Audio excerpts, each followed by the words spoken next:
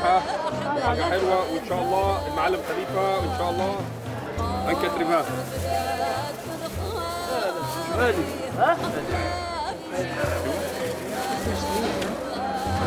Merci à vous. Bonne fête de l'Aïd. L'Aïd, c'est avant tout le sacrifice d'Abraham, mais c'est aussi c'est le moment où on se recueille, on va au cimetière, on se recueille, on se retrouve un peu ensemble pour penser à nos morts. Et du fait que mon père soit enterré en Algérie, je veux dire, on y pense encore plus aujourd'hui. Je veux dire, c'est à ce moment-là où on pense plus à là-bas, alors que nous, on est ici, quoi.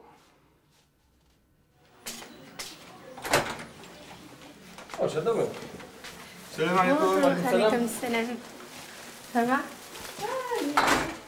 Un bon dessert et c'est bon. Ah, le délire hier, quand même, non? Où? Bah là, à la boucherie, là. Oh là là là là.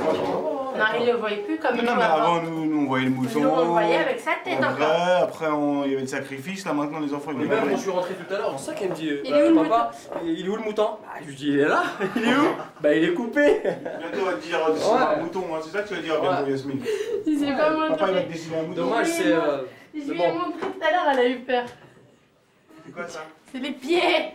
Mais non. C'est les pieds des bêtes. Pourquoi tu l'as pas... Si, moi, Non, non, moi je les mange comme ça. Non, comme moi c'est électrique, chez moi je peux pas les brûler, les chouettes. Les chouettes. Et non, ma mère, je vais les emmener chez ma mère, elle va amener chouettes. Parce que normalement, tu sais, au bled, t'égorges le mouton, il faut qu'il passe une nuit.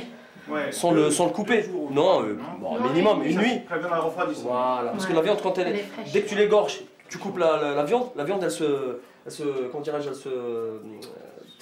Ouais, elle se met en miettes. Elle se met en miettes, toi, voilà. Et là, c'est pas bon. Là, on peut pas. Et pourquoi tu la laves? Il a besoin de la laver pourquoi? Parce que... Les petits bouts de dos, des trucs de... Ouais, voilà, il faut la laver, enlever un peu le gras qu'il y a dessus et tout. Je l'ai lavée et tout, je vais la mettre dans ma chambre à sécher. Ah d'accord, tu vas poser sur des plateaux et sur la... Ouais, non, je mets carrément un drap, comme à l'ancienne, un drap. Quel gueule. Ouais. Celui qui mange le cœur, celui qui n'a pas de cœur. Et comme il a dit, celui qui mange du foie, c'est quoi? Celui qui n'a pas de foie. Moi j'ai la foie, je mange pas de foie. L'Aïd, c'était... à l'époque, c'était une fête, mais c'était génial. C'était le Noël, c'était la fête des fêtes, quoi. C'est-à-dire... déjà, ça commençait, moi je me souviens, mon père, il commençait déjà la veille, il préparait son petit panier, donc il préparait ses couteaux, il aiguisait ses couteaux, donc j'ai le souvenir de voir mon père en train d'aiguiser les couteaux. Et puis moi je me souvenais, je voulais absolument venir avec lui, c'était super important que je vienne avec lui. Donc j'arrêtais pas de lui dire, papa, je viens avec toi, j'ai envie de venir et tout. Et moi même, il m'arrivait de pas dormir de la nuit, parce que je me disais, si je m'endors, il va pas me réveiller, il va pas m'emmener avec lui, donc... je dormais pas du tout, quoi. Et puis au petit matin, il venait me lever, parce qu'on partait en général, on partait super tôt le matin, quoi. On allait rejoindre, donc on arrivait dans les familles qui nous attendaient, comme c'est l'Aïd, on s'embrasse, et puis tout le monde est heureux, quoi. Je veux dire, il y a vraiment, c'est plein de sourires, c'est la fête, quoi. Ensuite, on passait soit récupérer le mouton, et puis ensuite, on allait le sacrifier. Et puis après, donc il était attendu chez moi, et tout le monde était à la maison. Alors, il est arrivé, le mouton, Puis mon père, il amenait le mouton, et puis en général, c'était les brochettes, on faisait les brochettes. Puis c'est vrai, il y avait dans toute la cité, il y avait cette odeur en général, on fait les pieds, la tête, ce jour-là, en cocotte, là. Donc il y avait une odeur de mouton dans tout le quartier. Tu rentrais dans le hall du bâtiment où ils habitaient, ça sentait le mouton de partout, quoi. Donc c'était un souvenir... mais maintenant, tout a changé, je veux dire, on voit même plus de moutons. Je veux dire, on voit des morceaux de viande qu'on a amenés, on sait même pas ce que c'est. Ça veut plus rien dire, quoi.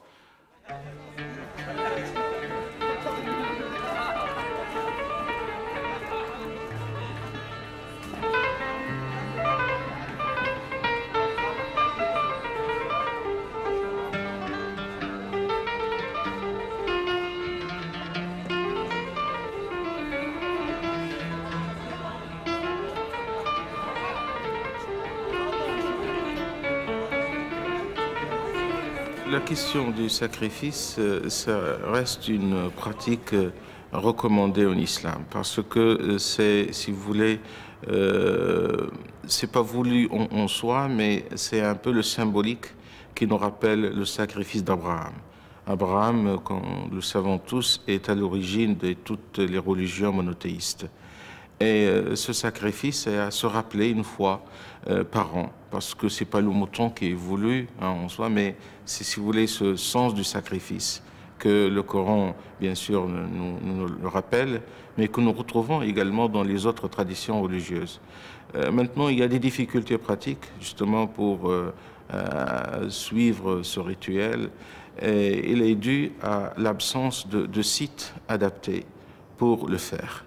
Il y a certainement des règles hygiéniques à respecter, mais jusqu'à maintenant, il y a une difficulté.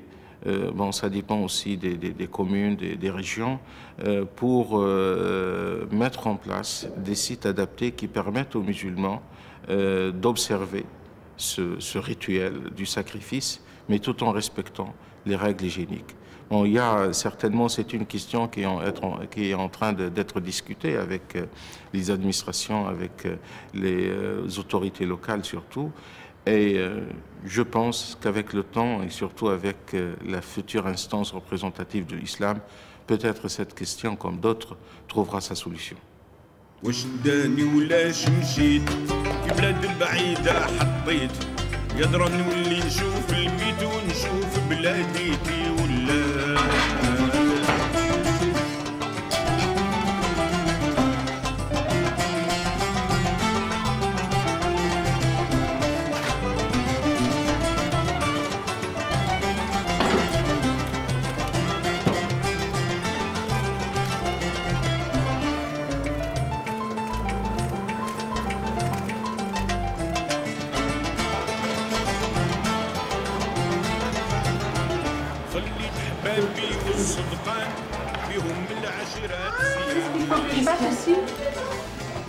Ouais, parce qu'il est prêt.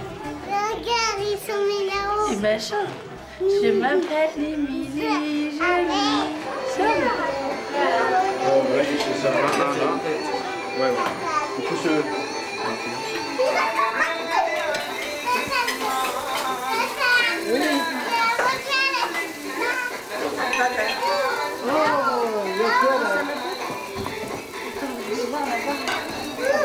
Ça, je regarde pas, j'ai pas droit.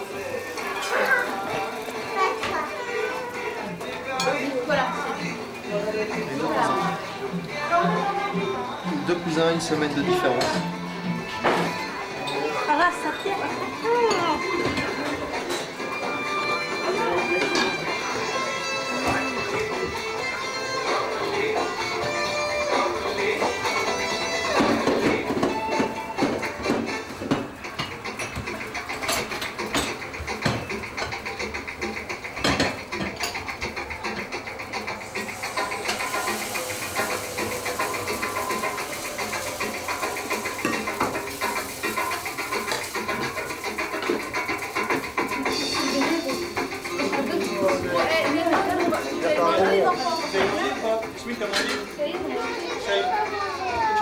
Elle va manger dans la cuisine.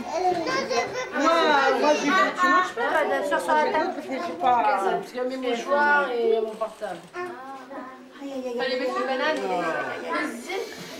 Bien. Ça fait du bien, hein? J'ai mangé très mal. Oui, j'ai. D'accord. Il n'y a pas de fleurs ou de trucs comme ça chez les musulmans, non? Non, il pleure. De fleurs, non? Tu vas voir dans les tombes des gens, tu... Moi, je vais au cimetière tout à l'heure. Tu quoi? Je vais avec Julie au cimetière. Tu vas au cimetière tout à l'heure? Ouais. Tu vas aller voir... Bah oui, elle va aller voir qui. Ah ouais. Mais chaque année, Non, il n'y a pas chaque année. Après, Inch'Allah. La baisse? La baisse. لا لا لا لا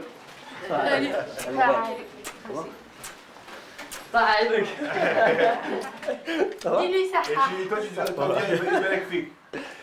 Elle nous va. Toi, tu dis une belle fille. C'est quoi le mieux? Au bled ou ici, l'Aïd? C'est quoi le mieux? Mais au bled, mais bon, mais on est entre familles, tu vois, ça peut... Ouais, on peut dire comme le bled, quoi. Moi, ça me manque le mouton, l'égorgement de mouton là-bas. Le mouton là, par terre et tout. De toucher le sang. Ouais, voilà, tu vois, mais bon. Et cette année, personne ne l'a Ça fait. marche à toi, ça? Oui. Cette année, c'est les bouchers qui tiennent, c'est pas la. Mais j'ai comme pas dit avant. ça avec mon fils, il y a mon. لا لا ساعدك ولدي ساعدك ساعدك شباب ساعدك شباب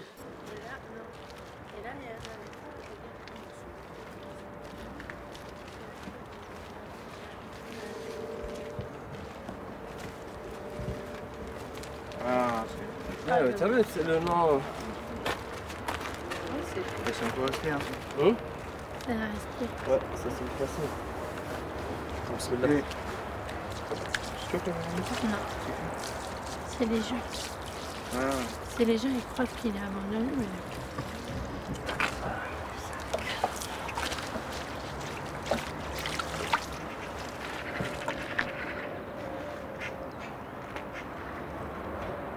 فتح رمضان. أعوذ بالله من الشيطان الرجيم بسم الله الرحمن الرحيم الحمد لله رب العالمين الرحمن الرحيم مالك يوم الدين إياك نعبد وإياك نستعين اهدنا الصراط المستقيم صراط الذين أنعمت عليهم غير المغضوب عليهم ولا الضالين آمين سبحان ربك رب العزة عما يصفون وسلام على المرسلين والحمد لله رب العالمين.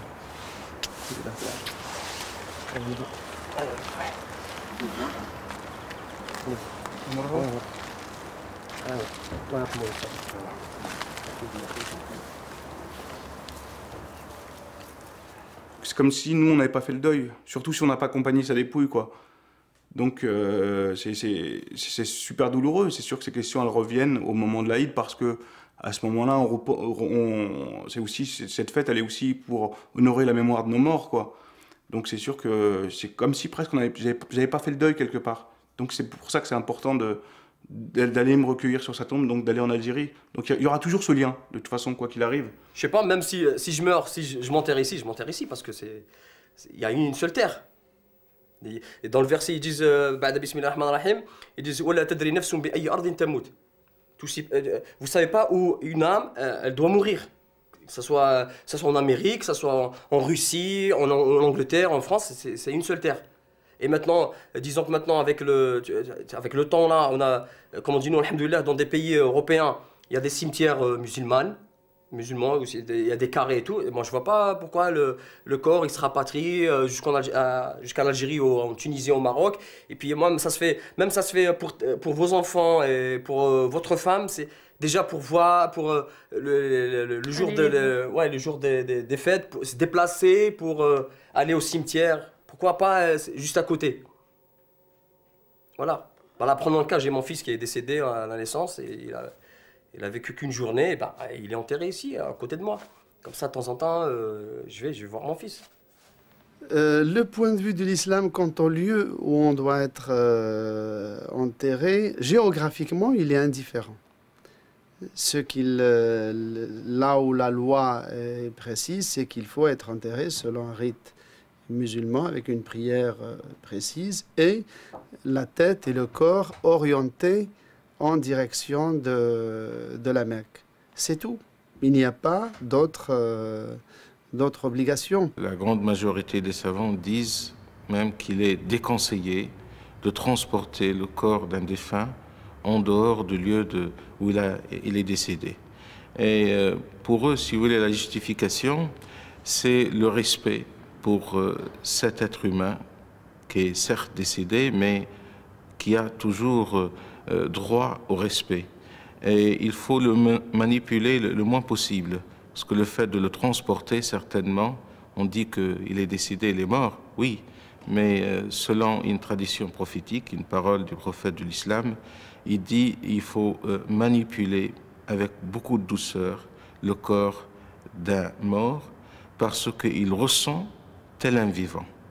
Alors c'est ça, si vous voulez, la justification qui fait dire la majorité des savants musulmans qu'il faut essayer d'enterrer le mort là où il est décédé.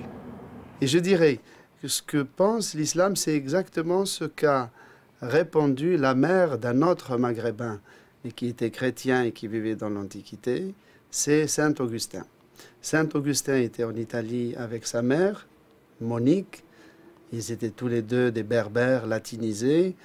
Et ils étaient à Ostie, pas loin de Rome, et elle est tombée malade et elle allait mourir. Donc à un moment donné, Saint Augustin, le fils, lui dit « Maman, ça ne te fait pas mal de mourir comme ça, en Europe, si loin de la patrie ?» Donc il parlait de Soukaras, c'est-à-dire le pays des Chaouia aujourd'hui. Et alors elle a éclaté de rire, elle lui a dit « Mais dis donc, tu crois que si je meurs ici en Europe, si je suis enterré ici, Dieu ne va pas retrouver mon âme ?» C'est un peu ça la philosophie aussi de l'islam, qui est une philosophie universelle. La terre, c'est la terre. C'est un choix par rapport à mon père et mon frère qui sont déjà là-bas, quoi. C'est même pas... Si je veux dire, s'ils étaient enterrés là, moi j'aurais décidé d'être enterré ici, je pense. Hein. C'est un choix que j'ai fait parce que j'ai envie de rejoindre les gens que j'aime, tout simplement. Et comme ça m'a fait beaucoup de mal de les voir partir, donc j'ai toujours dit un jour je viendrai vous rejoindre, quoi, tout simplement. Mais c'est vrai que pour quelqu'un qui a sa famille proche enterrée là-bas, je comprends tout à fait qu'on a envie d'aller les retrouver et puis de terminer avec eux, quoi. Il y a beaucoup de raisons à la fréquence des transferts dans le pays d'origine. D'abord, l'immigration comme enracinement définitif est récente, quand bien même il y a des Algériens depuis le début du XXe siècle en France. Ils n'étaient pas tout à fait à l'étranger quand ils étaient là, ils étaient en France. Et quand ils se faisaient transférer en Algérie, c'est comme un Breton qui meurt à Marseille et qui se fait transférer à Quimper ou à Morlaix. Donc, d'une certaine manière, ils retournaient pour être enterrés chez eux, de façon normalement. Or, c'est depuis 25 ans qu'on assiste à un enracinement, disons, irréversible, définitif, des Maghrébins en France. Et là, on est dans une phase transitoire. Il y a l'absence de carré, ou l'insuffisance plutôt de carré.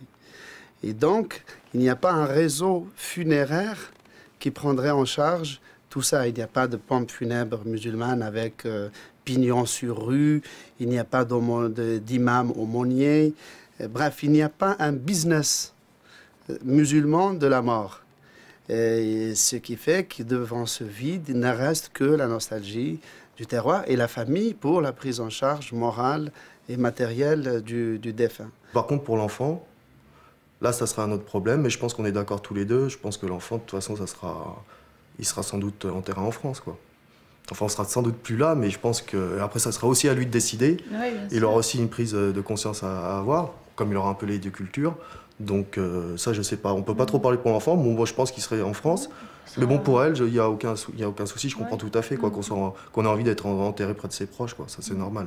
Il faut voir si les gens qui meurent ont le gros de leur famille dans le pays ou ici. Parce qu'il y a un phénomène que moi j'ai constaté dans l'immigration arabe au Brésil et en Argentine. Vous savez qu'en Argentine et au Brésil, il y a entre 10 et 12 millions de gens d'origine arabe. Et la raison pour laquelle ils se faisaient finalement enterrer à Rio ou à Buenos Aires, et donc renoncer à leur rêve d'être enterrés à Damas ou à Beyrouth, c'est pour laisser un point de repère à leurs enfants. Donc au début, ils débarquent en Argentine, l'immigré, en se disant « Quand je mourrai, j'irai me faire enterrer auprès de mes parents à Damas ».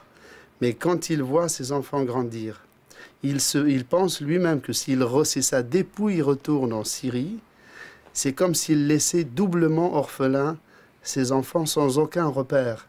Et que lui-même, il n'aurait pas ses enfants qui viendraient visiter sa tombe. Bon, tout ça, c'est dans le subjectif, on est dans l'émotion à l'état brut et en même temps dans l'émotion universelle, humaine. Et c'est en général pour ses propres enfants qu'on prend sereinement et normalement et fatalement la décision d'être enterré dans le pays qu'on a pris pour patrie d'adoption. Et là, tôt ou tard, s'il y a un cumul et de l'ouverture de carrés musulmans avec une création d'un business funéraire musulman, plus des gens qui ont leur famille ici, les musulmans de France suivront dans cette intégration de l'au-delà, si je puis dire, toutes les communautés immigrées qui se sont succédées en France depuis des siècles. Bismillah بديت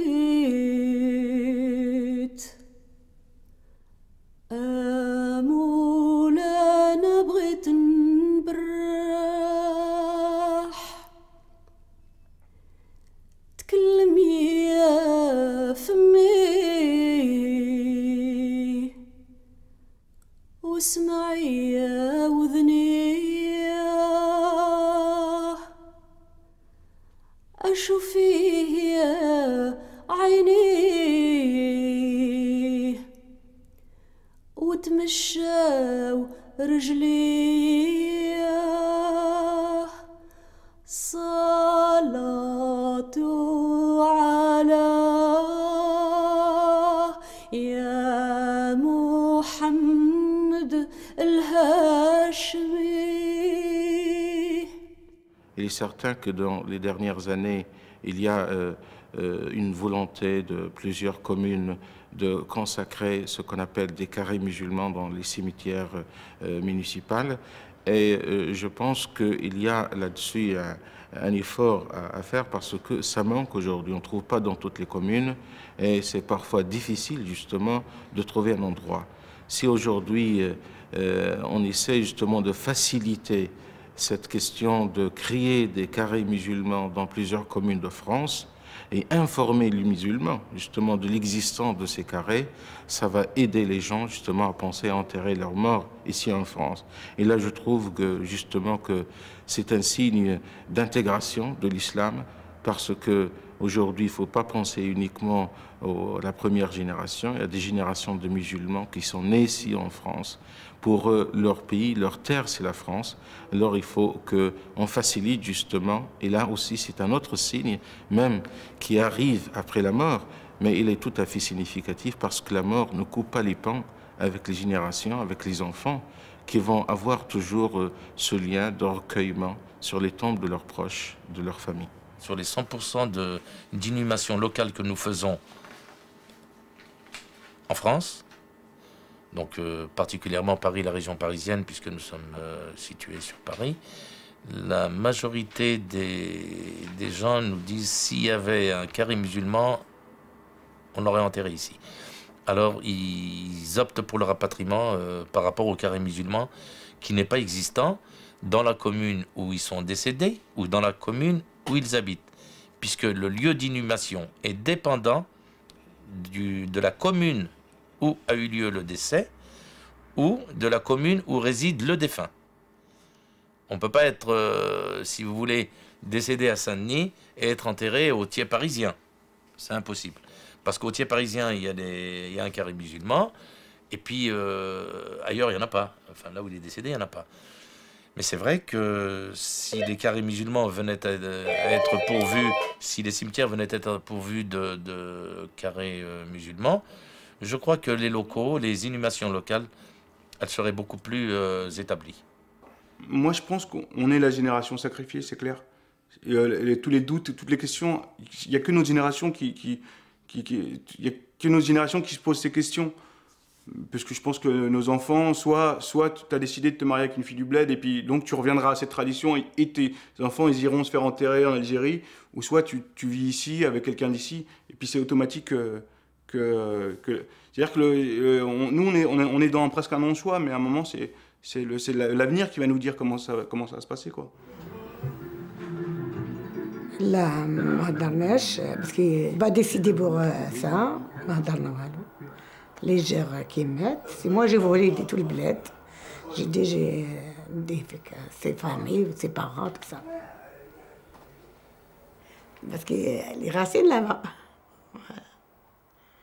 oui les familles les parents tout ça il est là-bas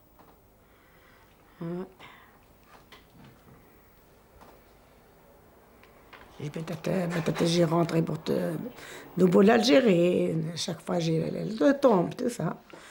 Parce que moi je pense pas jusqu'à maintenant. Mais là, كنا عاود ما نجيش لفرنسا صحيح باسكو ما لقيت فيها والو. يا غير pour moi.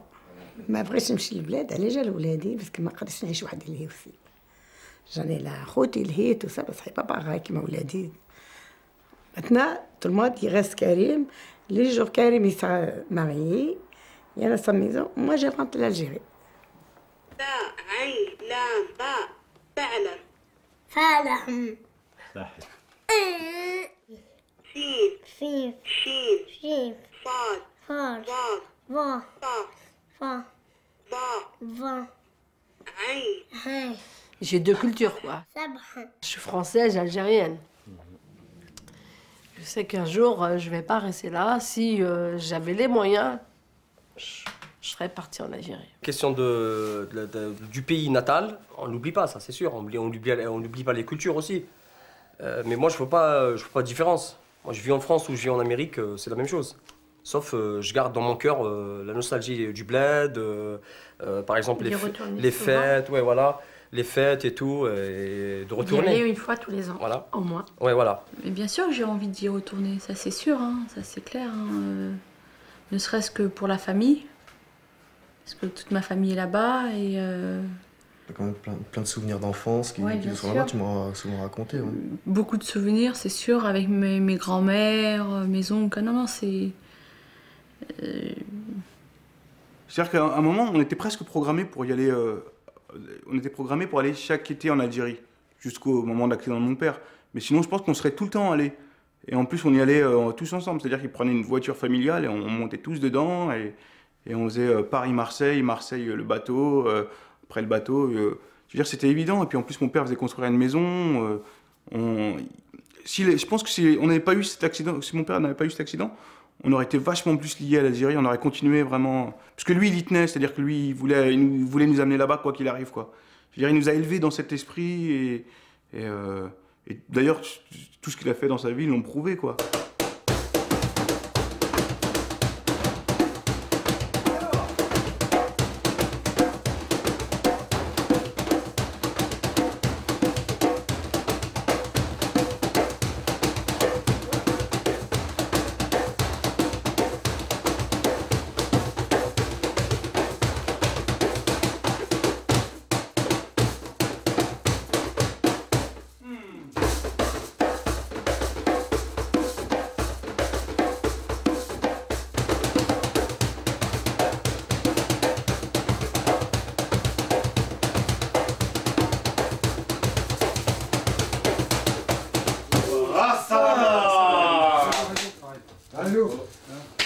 L'idée des Algériens quand ils arrivent en France, avec l'image qu'ils ont de la France, une espèce de paradis où il suffit de se pencher pour récupérer de l'argent, etc. Non, moi je disais qu'il y a des gens là-bas qui croient encore qu'en France tu ramasses des lingots d'or sur le trottoir, quand en fait sur le trottoir ils poussent que des merdes de chiens, quoi, tu vois.